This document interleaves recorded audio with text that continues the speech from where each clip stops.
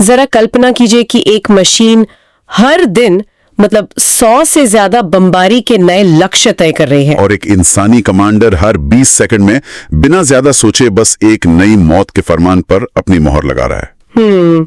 सुनने में किसी साइंस फिक्शन फिल्म का सीन लगता है ना, लेकिन ये आज के आधुनिक युद्ध की बिल्कुल जमीनी सच्चाई है। बिल्कुल सही कहा। मतलब जब हम सैन्य हमलों की बात करते तो अक्सर दिमाग में एक सटीक एक्सरे जैसी छवि आती है कि एक ड्रोन को दुश्मन का टैंक दिखा, एक्सरे में टूटी हड्डी की तरह वो स्क्रीन पर चमका। हाँ, और कमांडर ने बस इशारा करते हुए कहा कि ये रहा हमारा लक्ष्य। ये सुनने में बहुत स्पष्ट लगता है। ये स्पष्ट इसलिए लगता है क्योंकि हमारा इंसानी दिमाग चीजों को काले और सफेद या फिर सही और गलत की श्रेणियों में बांटना पसंद करता है। लक्ष्य है या नहीं है, सदियों से युद्ध इसी इंसानी फैसले पर टिके हुए थे। बिल्कुल।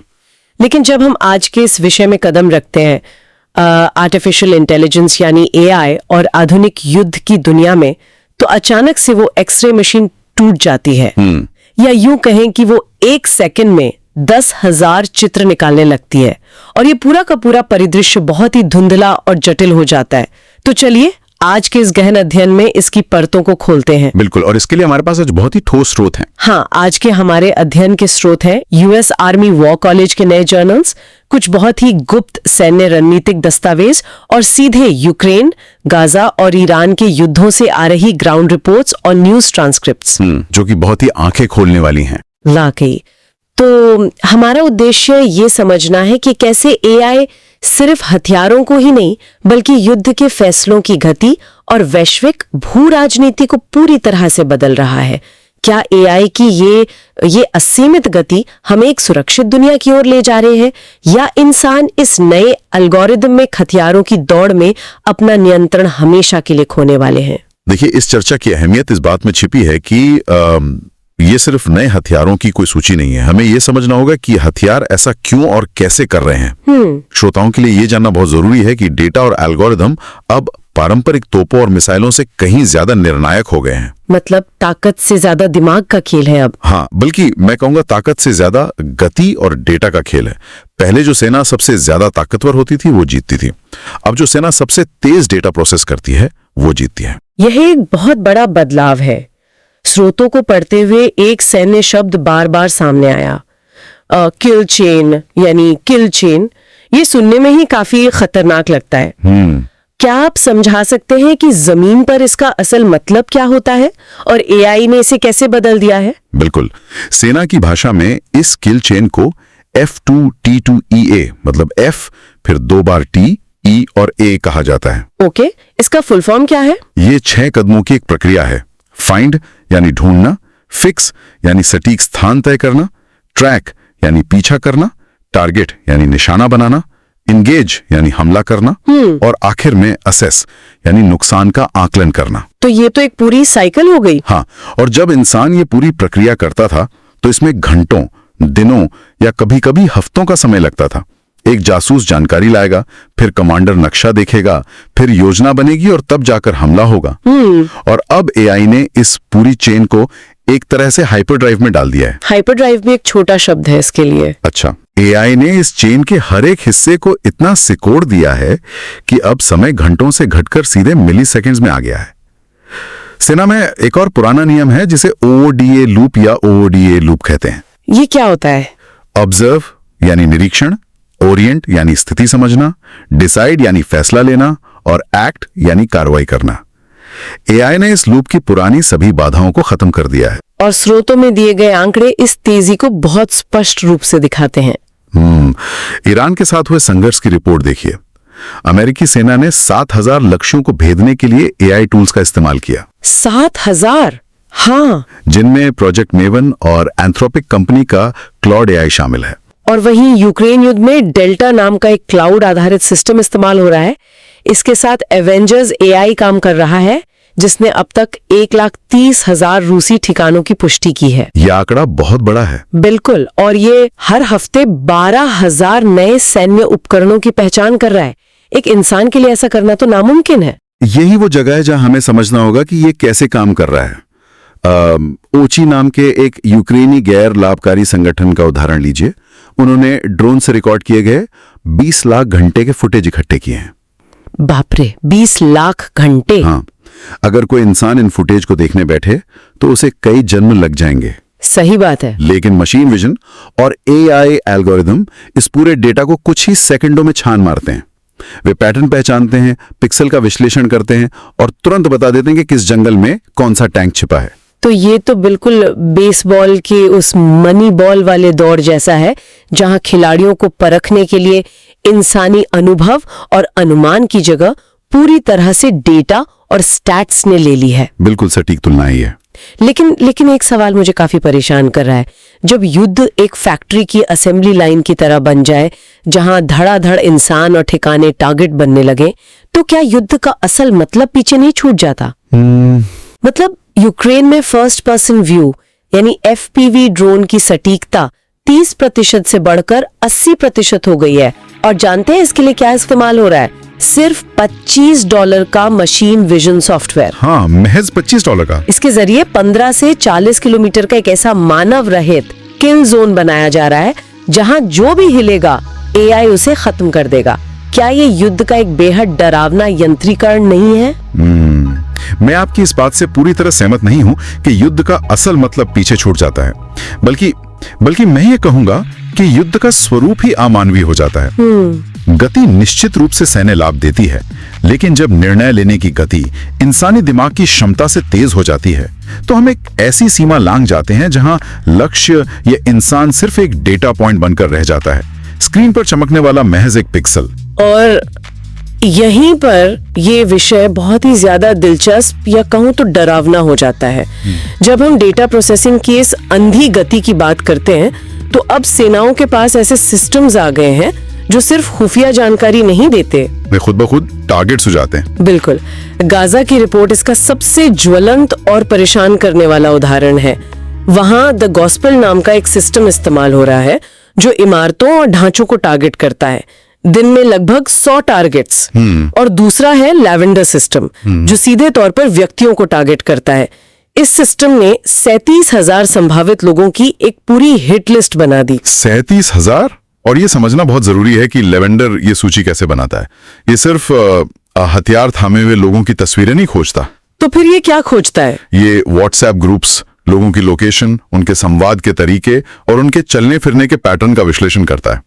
इन सब पैमानों के आधार पर यह हर इंसान को एक थ्रेट स्कोर यानी खतरे का अंक देता है। अच्छा। अगर अंक एक निश्चित सीमा से ऊपर है तो वो इंसान टारगेट बन जाता है। तो क्या इसका मतलब ये है कि इंसान अब बस एक रबर स्टैंप बन गया है? मतलब अगर मशीन हर दिन इतने सारे टारगेट दे रही है, तो क्या कोई इंसानी कमांडर सच में उन 37,000 लोगों की पृष्ठभूमि की जांच कर रहा है? व्यावहारिक रूप से यह असंभव है। वही तो। या ये सिर्फ इंटरनेट पर कुछ सर्च करने जैसा सर्च इंजन माइंडसेट बनकर रह गया है कि जो मशीन ने पहला परिणाम दिखाया बस उसी पर क्लिक कर दिया। देखिए, सेना ऐसे खुले तौर पे कभी स्वीकार नहीं करेगी, लेकिन मनोविज्ञान के नजरिए से जमीनी हकीकत कुछ ऐसी ही बनती जा रही है। इसे अकादमिक भाषा में ऑटोमेशन बायस कहा जाता है। ऑटोमेशन बायस? हाँ, ये इंसानी मनोविज्ञान की एक बहुत गहरी खामी है। जब कोई मशीन आपको शुरुआत में कुछ सही जवाब देती है, तो इंसान धीरे धीरे अपनी तार्किक क्षमता का इस्तेमाल करना बंद कर देता है। उसे लगने लगता है कि मशीन उससे ज्यादा स्मार्ट है। अरे बाप रे। अंततः नौबत यह आती है कि कमांडर महज 20 सेकंड में मशीन के सुझाए गए फैसले पर अपनी मुहर लगा देता है। अमेरिकी सेना इसी खतरे को कम करने के लिए प्रोजेक्ट लिंचपिन और MLOps यानी मशीन लर्निंग ऑपरेशंस का उपयोग कर रही है। तो ये डेटा की सुरक्षा के लिए है? हाँ, जो डेटा की सुरक्षा और AI की इस पूरी पाइपलाइन को मानकीकृत और सुरक्षित करने का प्रयास है। तो ये इंसान और मशीन की साझेदारी आखिर काम कैसे करती है? स्रोतों में इस एकीकरण के 3 अलग-अलग मॉडल्स का जिक्र किया गया है। बिल्कुल। सेनाएं इंसान और मशीन के काम को मुख्य रूप से 3 तरह से बांट रही हैं। पहला मॉडल है सेंटोर, जैसे वो ग्रीक पौराणिक जीव होता है ना, आधा इंसान और आधा घोड़ा। हाँ। इसमें इंसान और मशीन का काम बिल्कुल अलग होता है। मशीन सिर्फ डेटा प्रोसेस करती है और इंसान आराम से उसका विश्लेषण करके अपना फैसला लेता है।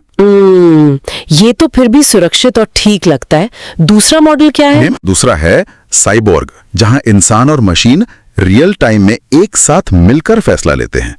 मशीन एक सहकर्मी की तरह काम करती है, जो तेजी से विकल्प देती है और इंसान तुरंत उनमें से चुनता है। ओके। लेकिन जो तीसरा मॉडल है वो सबसे ज्यादा विवादास्पद है।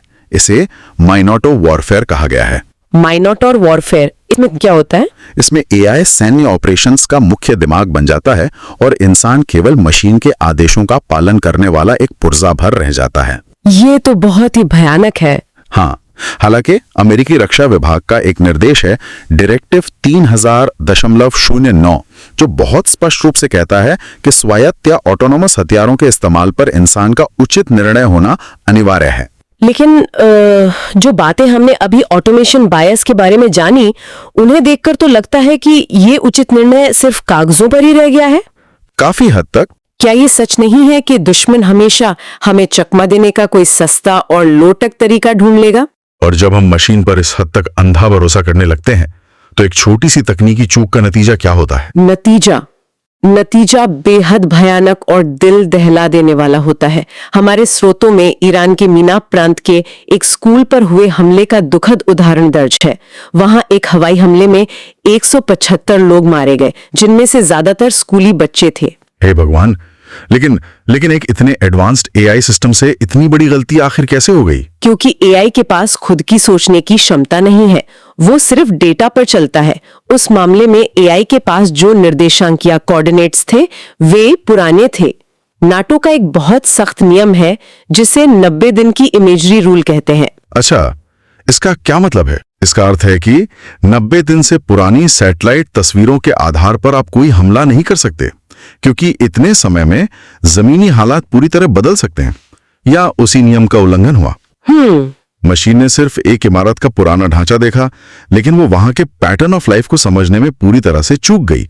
मशीन ये नहीं समझ पाई कि अब वहां रोज सुबह एक स्कूल बस आती है और बच्चे खेलते हैं।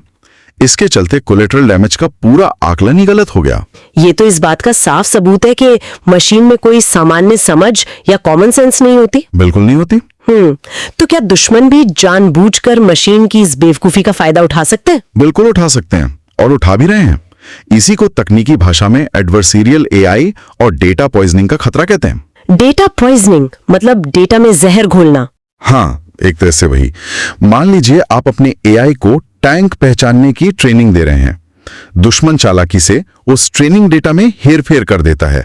वो एआई को ये सिखा देता है कि किसी खास निशान वाली आम नागरिक की गाड़ी ही टैंक है। बाप रे! अब युद्ध के मैदान में आपका अपना एआई आपको नागरिकों पर हमला करने का सुझाव देगा। ये कोई ख्याली पुलाव नहीं है, ये इतना बड़ा और वास्तविक खतरा है कि डेटा से संभावित छेड़छाड़ के डर की वजह से ही अमेरिकी रक्षा सचिव को क्लॉड एआई को पेंटागन के सिस्टम से तुरंत हटाने का आदेश देना पड़ा था। मतलब एआई कोई रामबाण या जादू की छड़ी नहीं है जो हर समस्या को सुलझा दे। बिल्कुल नहीं। और ये तो हुए हाईटेक तरीके।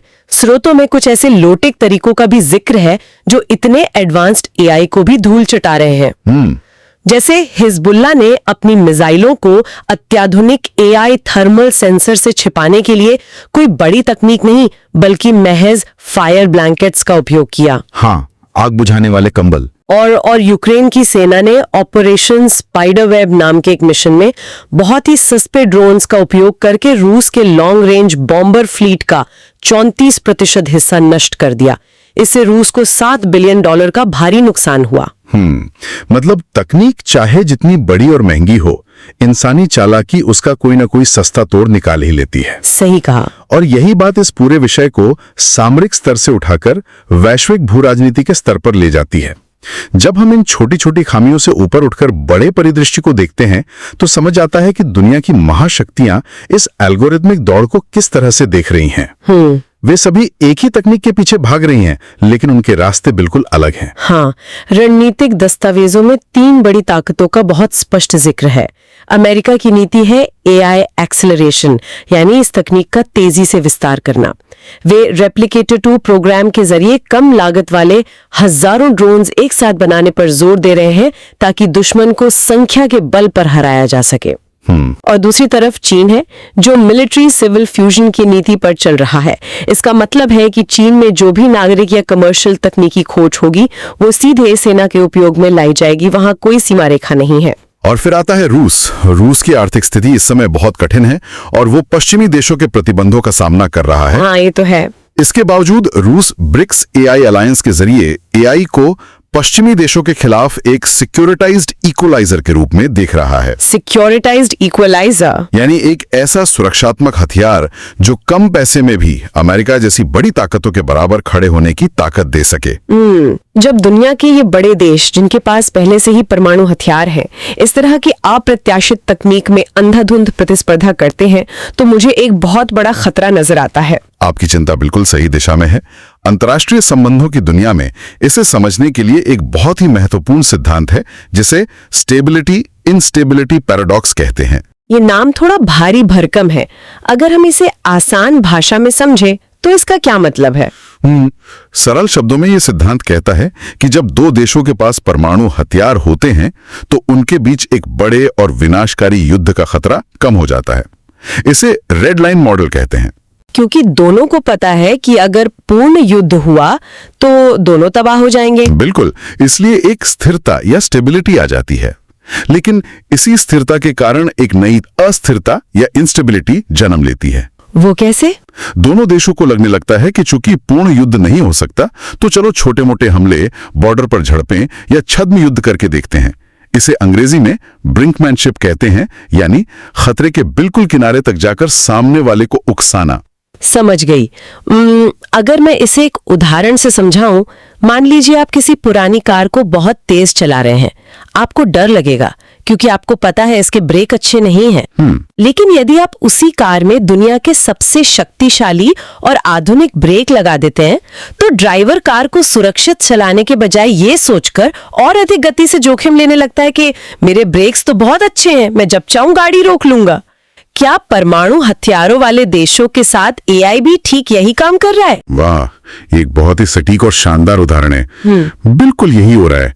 एआई देशों को यह झूठा भ्रम दे रहा है कि वे सटीकता से छोटे हमले कर सकते हैं और हालात बेकाबू नहीं होंगे।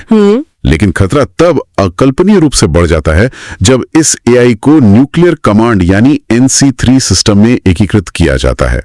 यहां प्रसिद्ध रणनीतिकार थॉमस शेलिंग का एक सिद्धांत याद आता है, ऐसी धमकियां जो कुछ हद तक किस्मत के भरोसे छोड़ दी जाती हैं। मतलब आप जानबूझकर हालात को इतना तनावपूर्ण बना देते हैं कि चीजें आपके नियंत्रण से बाहर हो जाएं और फिर सामने वाला डर के पीछे हट जाए। सही कहा, लेकिन पुरानी दुनिया में कूटनीति के लिए समय होता था, हॉटलाइन पर बात होती थी। हाँ। और एआई के साथ सबसे बड़ी समस्या यह है कि मशीनों की गति मिली सेकेंड्स में होती है। ये गति इंसानों के पास शांति से सोचने और कूटनीतिक रास्ते निकालने का जो समय होता है, जिसे डिसीजन विंडो या निर्णय की खिड़की कहते हैं, उसे पूरी तरह से खत्म कर रही है। और शायद इसी वजह से स्रोतों में फ्लैश वॉर्स नाम के एक शब्द का बहुत गंभीरता से इस्तेमाल किया गया है। जी हाँ, फ्लैश वॉर्स कोई भविष्य की कल्पना नहीं है। इसका अर्थ है कि मशीनों की अत्यधिक तेज गति के कारण कोई छोटा सा तकनीकी संघर्ष, सेंसर की कोई गलती या डेटा की कोई गलतफहमी इतनी तेजी से बेकाबू हो सकती है कि वो सीधे एक परमाणु युद्ध में बदल जाए। बाप रे! मिसाइलें चल जाएं और इंसानों को यह समझने या रोकने का समय ही ना मिले कि आखिर हुआ क्या। ये कोई विज्ञान कथा नहीं है, ये आज पूरी दुनिया के लिए सबसे बड़ा और सबसे वास्तविक खतरा है। तो अगर हम इस पूरे गहन अध्ययन के पन्नों को समेटें तो हमारे सामने क्या तस्वीर उभरती है? एआई ने निश्चित रूप से युद्ध की पूरी रूपरेखा को जड़ से बदल कर रख दिया है। अब ये सिर्फ खुफिया जानकारी जुटाने तक सीमित नहीं है, ये स्वायत्त निर्णय लेने, लोगों को टारगेट करने और 15 से 40 किलोमीटर के ऐसे किल जोन्स बनाने तक पहुंच गया है जहां इंसानी दखल की कोई जरूरत नहीं है। लेकिन इस रफ्तार के साथ ही कोलैटरल डैमेज, मिनाब प्रांत जैसी भयानक गलतियां, डेटा पॉइजनिंग और अनजाने में परमाणु युद्ध छिड़ने के खतरे भी उसी रफ्तार से बढ़े हैं। और यही कारण है कि हमारे स्रोतों में, विशेषकर कानूनी और रणनीतिक दस्तावेजों में, एक बात पर सबसे ज्यादा जोर दिया गया है। वो है अंतर्राष्ट्रीय मानवीय कानून, जिसे लॉ ऑफ आर्म्ड कॉन्फ्लिक्ट कहते हैं, और सार्थक मानवीय नियंत्रण के सिद्धांतों को सख्ती से लागू करने की आवश्यकता। 2026 में होने वाले UNCCW सम्मेलन के संदर्भ में ये तय करना दुनिया के लिए सबसे बड़ी चुनौती होगी कि जीवन और मृत्यु के अंतिम फैसले एल्गोरिथम ना लें। मशीनें हमें गति और डेटा दे सकती हैं, लेकिन वे युद्ध की नैतिकता और उसकी जिम्मेदारी अपने कंधों पर नहीं ले सकती। बिल्कुल सही कहा आपने।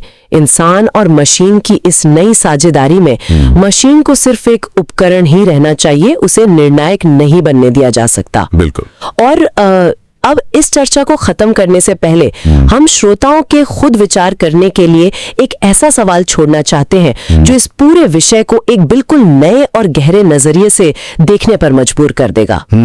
जरा सोचिए, यदि भविष्य में युद्ध पूरी तरह से मशीनों और एल्गोरिदम्स के हाथ में चला जाए तो जो मानवीय गरिमा और जीवन का मूल्य एक इंसान महसूस कर सकता है, उसे 0 और 1 के एल्गोरिदम में कैसे कोड किया जाएगा?